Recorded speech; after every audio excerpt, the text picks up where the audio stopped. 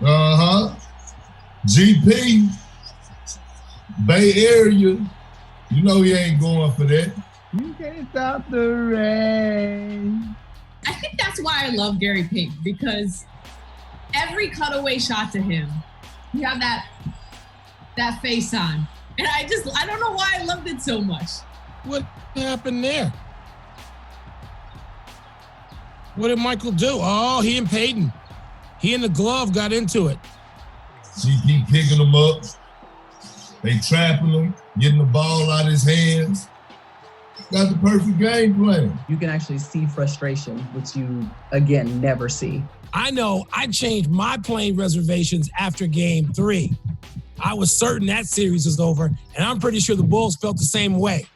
They changed their reservations up here. Did Gary Payton have the ability to get under Michael's skin? Is that what happened, or was it just an off game? Because according to Jordan, it had nothing to do with Gary Payton. So you got MJ going for offensive rebounds right now. He's so frustrated. Dang, 6 for 19? I ain't never seen Jordan shoot that bad. I feel like Jordan made everything. Do you know how happy I'd be if I went 6 for 19 in a rec league game? Honestly, I would throw myself a parade. MJ don't want to give GP his flowers, but he was locking them up. Look at him. He's frustrated right now. I can see it in MJ eyes right now. He's frustrated. Come on, man. You got to give GP his due, man. He was the one guy that just wasn't scared. He was up to take the challenge. And that's half the battle when you got such a great player like Jordan who could score 40, 50, 60 on any given night. You got to want to be able to say, hey, if he going to do it, I'm going to make it work. And that's who Gary was. He didn't care if he scored 30, but he was going to make you work. And he wasn't ashamed of it either. He didn't care. 6 for 19. It's like, oh, man, remember that day I locked down Michael Jordan? Oh, how many did he score? 23 points. Like, really? It's 23 points, and you locked him down. Like, all right. But I don't know. When I watch these clips back, I think GP might have had him. If there are people that I'll put on MJ for certain possessions, and I had to name names, Gary would definitely come to mind. But when you're dealing with MJ, a guy that basically scored at will, if he's making his shots, it doesn't matter who's guarding him. Gary Payton could guard you. Gary Payton could frustrate you. I mean, you don't get called the glove. That's a great nickname. I don't even know when is the last time anybody had a great nickname in the NBA? The glove is the great nickname. People don't give Gary Payton enough credit. And then they want to get on me when I had him top 5 as my all-time point guards. No, like, he was the glove. Like, GP was a problem.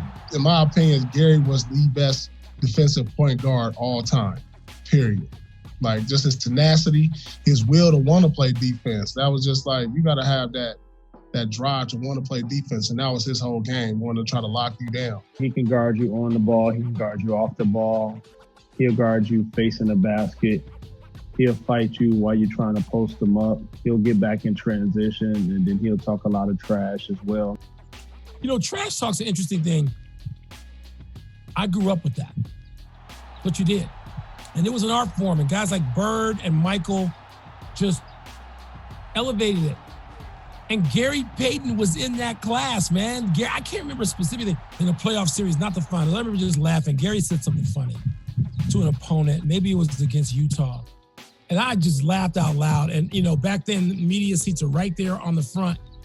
And Gary just looked at me and he goes, Will, I'm pretty good, wasn't it? He's a volume shooter when it comes to trash talk. See, Michael Jordan will beat you and then have one really, really precise, stinging, insightful insult for you. But Gary Payton's just going to just keep shooting, rhythm shoot. He's just going to keep talking trash. You score on him, he's going to talk trash that you didn't score 3 points on him. So I think just from the sheer volume, the sheer he is a tsunami of trash talk, whereas Michael Jordan is just more a super soaker right to your eyeball. Gary Payton should have that as an award we vote on.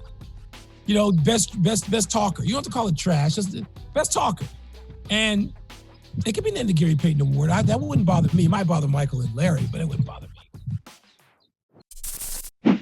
Thanks for watching ESPN on YouTube. For live streaming sports and premium content, subscribe to ESPN+.